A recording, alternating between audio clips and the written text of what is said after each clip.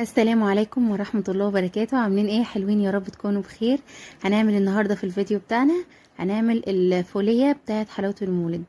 الطريقة اللي احنا نعمل بيها دي تنفع مع الحمصية او السمسمية او الفولية، اي مكسرات انت عايز تعمليها بالطريقة دي او عايزة تاكليها بالطريقة دي، كاجو بقى، يعني الجمل، اي حاجة هتمشي على نفس المقادير بالظبط. بس لما هتضيفي الفول هتضيفي اي نوع من المكسرات التانية. انا كده هنا معايا طاسه على النار، قلبت الفول كده لحد بس ما سخن علشان اطلع الرطوبه منه. وفي نفس الطاسه هضيف كوبايه من السكر، سكر التموين عادي، ونص كوبايه من الميه، ومعلقه كبيره عسل جلوكوز. هتسيبيهم بقى على النار كده علشان الخليط يتكرمل معايا. هيغلي